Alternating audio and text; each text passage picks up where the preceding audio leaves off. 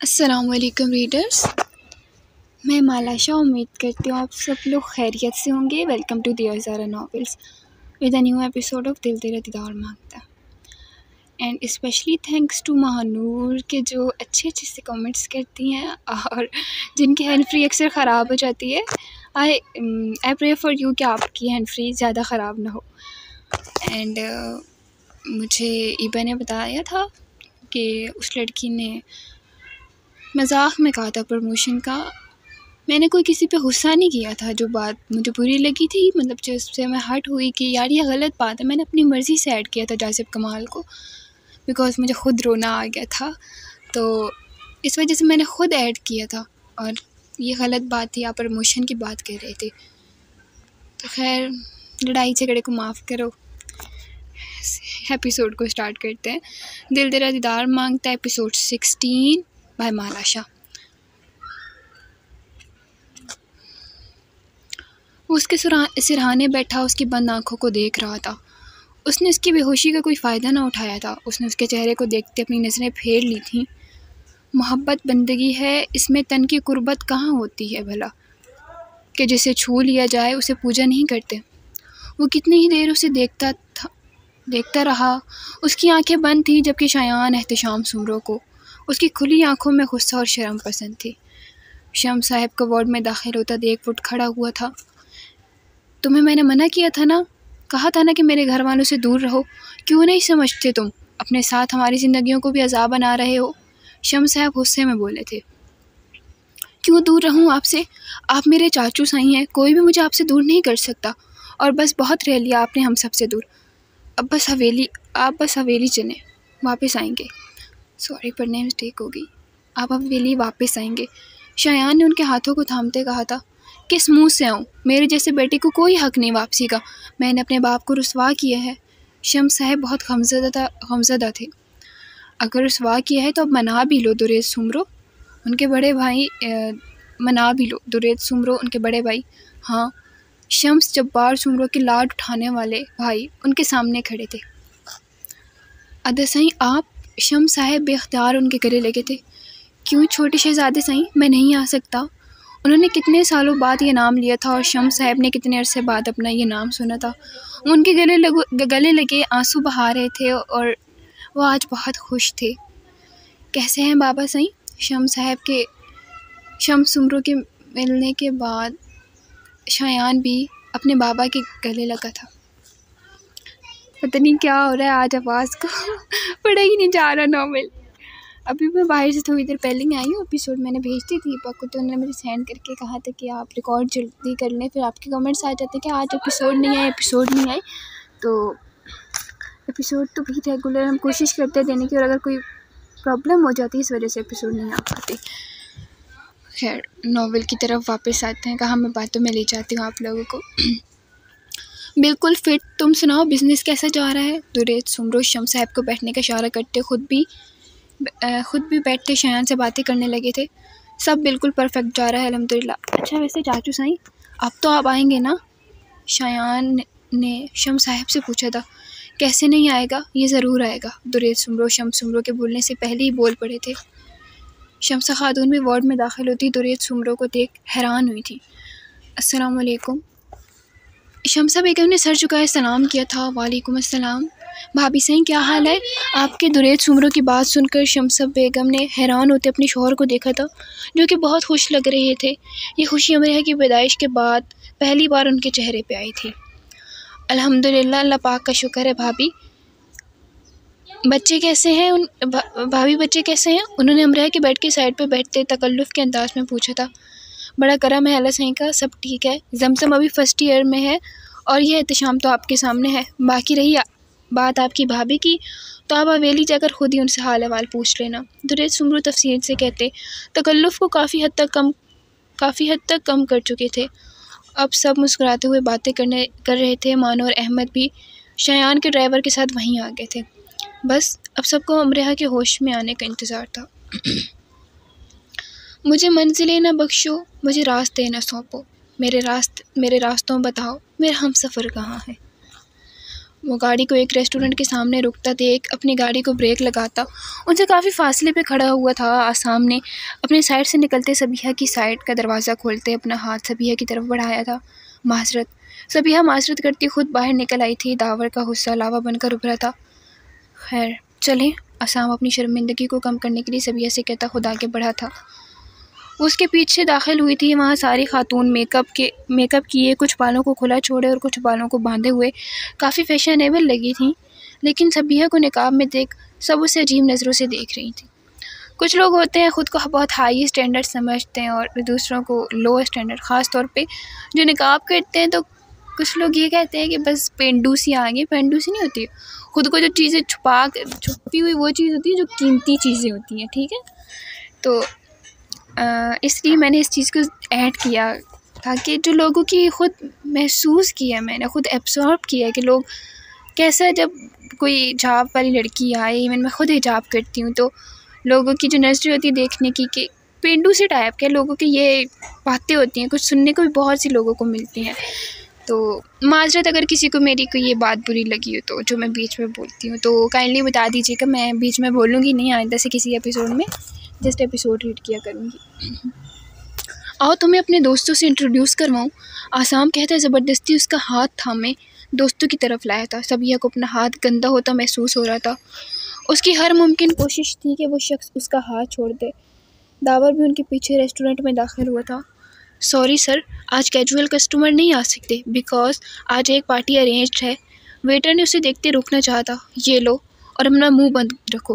वो अपनी शहद रंग आँखों में गुस्सा समोए अपने जेब से हज़ारों रुपए की घट्टी निकालता उस वेटर को थमाते वो अंदर की जानिब चला गया। वो शख्स सबिहा का हाथ थामे हुए था। उसे देखते दावर का गुस्सा सवा नेज़े पे पहुंचा था। Hi Yasir, meet her, she is my fiancee. Aasam ने सबिहा को अपने एक दोस्त के सामने किया था। हाय। यासिर ने अपना हाथ सबिहा की तरफ बढ़ाया, लेकिन सबिहा ने उसके देखते अपनी नज़रें फेर ली थी। और आई थिंक इन्हें बुरा लगा।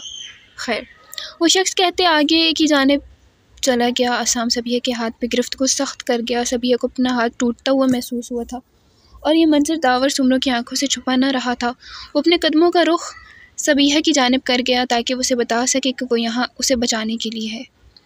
हाय आसाम, कैसी हो? वो 3-4 लड़कियाँ जो कि जीन्स शर्ट में थीं और साथ में मौजूद 2 लड़के आसाम को अपनी तरफ आते देख एक साथ बोले थे, हैंडसम। आसाम ने एक आंख बंद की थी। ओह, हु इज़ शी? ये कौन है? उनमें से एक लड़के ने सवाल किया था। My fiancée. आसाम ने चबा कर कहते सबिहा को अपने साथ लगाना चाहा था, लेकिन सबिहा ने फासला कायम रखा था। तो ये इतने पर्दों में क्यों है? एक लड़की ने उसे देखते उकता कर कहा था। वैसे ही, आसाम ने तंजिया कहा था। ओ कम ऑन यू हिजाबी गर्ल, निकाब हटा दो। दूसरी लड़की ने सबिहा को ऑफ़र की थी। No thanks. सबिहा ने मना करते अपने रुख दूसरी तरफ किया था। अरे जब वो कह रही है तो हटा दो ना, आसाम ने कहते सबिहा के निकाब को हाथ से हटाना चाहा था। मैं तुम्हारा यह हाथ ना तोड़ दूं जो तुम इन्हें बेनकाब करो। दावर ने उसका हाथ थामते एक मुक्का घुमाकर उसके मुंह पे मारा था। सबिहा की दावर को देख जान में जैसे जान आई थी। वो फ़ौरन से दावर के पीछे होती छुपी थी, अपना निकाब दुरुस्त करने लगी थी। आसाम खुद को संभालता तेज़ी से उठता दावर की तरफ आया था। तेरी इतनी जुर्रत, तू आसाम चांडियों पे हाथ उठाए? आसाम ने कहते दावर को मारना चाहा था, लेकिन दावर ने उसके हाथ को पकड़ते एक मुक्का उसके पेट में मारा था। वो दर्द से कराहता हुआ नीचे गिरा था। मेरे अंदर बहुत जुर्रत है आसाम चांडियों। दावर ने अपने दोनों हाथों का मुक्का बनाते आसाम के कंधों पे मारा था, तो वो दर्द से बलबला उठा। And you, she is not a hijabi girl, she is a pure heart girl, not like you play girl. ये हिजाबी लड़की नहीं है, ये हिजाबी लड़की नहीं है, ये एक साफ दिल लड़की है, तुम्हारी तरह रखियल लड़की नहीं। दावर ने उस लड़की से कहा था जिसने सबिहा को हिजाबी गर्ल बोला था।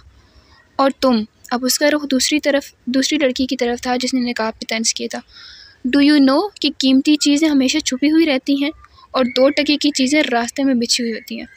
दावर ने उस लड़की को एक नज़र नखूद से देखते हुए कहा था। चलें आप। वो सबिहा से कहते आगे बढ़ने लगा था। आसाम वहाँ करा रहा था, मगर किसी में इतनी हिम्मत न थी कि दावर सुमरों की मौजूदगी में वो उसकी मदद करता। जी। सबिहा आगे बढ़ते दावर के बाजू थाम गई थी। आसाम और दावर दोनों ही हैरान हुए थे। उसी लिए पार्किंग एरिया में आया था। सबिया का पूरा वजूद कांप रहा था। वो वाकई में बहुत डर गई थी। दावर ने उसके लिए गाड़ी का दरवाज़ा खोलते उसे अंदर बैठने को कहा था। वो तेज़ी से गाड़ी में बैठते दरवाजे को ज़ोर से बंद करती अपनी सीट पे खुद ही सिमटी थी। दावर को बहुत अफसोस हुआ था। वो दूसरी तरफ से आता, गाड़ी को स्टार्ट करता, वहाँ से निकलता। शुक्रिया साईं, अगर आज आप ना होते तो हम बेनकाब हो जाते। वो दावर को देखती रोती हुई बोली थी। दावर का बस चलता तो वो उसके आंसुओं को पहुँचता, लेकिन उसके बगैर इजाज़त के उसे छूना नहीं चाहता था। शुक्रिया की ज़रूरत नहीं, मैं खुद चाचू साईं से बात करूँगा। बहुत हो गई बर्दाश्त, दावर ने कहते अपना फोकस स्टीयरिंग पे किया था। आज उसने इस लड़की को फिर से बचा लिया था।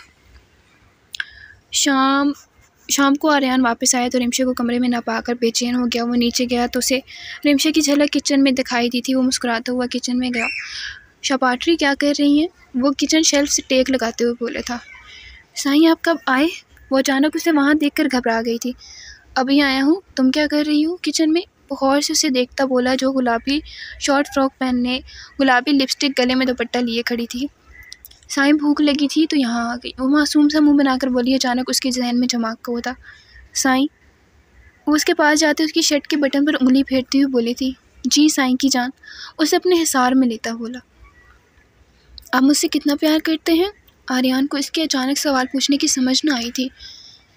जानम मेरी रात की शिद्दतें और तुम्हारे बदन पर मौजूद निशान क्या ये बताने के लिए काफ़ी नहीं कि मैं कितनी मोहब्बत करता हूँ तुमसे? वो बेबाकी से कहता उसे शर्माने पे मजबूर कर गया था। साईं बताएं ना, वो मासूम मुंह बनाए बोली थी। बेहद बेपनाह वो उसकी आंखों में देखते हुए बोला था। अच्छा फिर आप मुझे कुछ बनाकर खिलाएं। उसकी फरमाइश पर आर्यन को उसके सवाल करने की समझ आई थी। क्या खाएगी मेरी जान? वो उसकी पेशानी चूमते हुए बोला था। जो आप खिलाएंगे। वो मुस्कुराती बोली क्योंकि उसका मान रख लिया गया था। अच्छा। आर्यन उसे कमर से पकड़कर शेल्फ पे बिठाता और फ्रिज में से सैंडविचेस बनाने का सामान निकालने लगा। रिमशा प्यार भरी नज़रों से उसे देखने लगी थी। वो सैंडविचेस का सामान तैयार करके उसे मेकर में रखकर उसके पास आया और उसे कमर से पकड़कर करीब किया था। ये किचन में कौन है? तहमीना शाह की आवाज़ सुनते आर्यन तो वैसे ही खड़ा था, लेकिन रिमशा पे घबराहट तारी हो चुकी थी। साईं प्लीज़, खाला साईं के सामने। आर्यन कहता उससे दूर होता किचन से निकल गया था। मैंने फिर से नाराज़ कर दिया। रिमशा की आंखों में आंसू उतरे थे। रिमशा इस वक्त क्या कर रही हो किचन में? शाम का वक्त चाय पीने का होता था और रिमशा बहुत कम ही किचन में पाई जाती थी।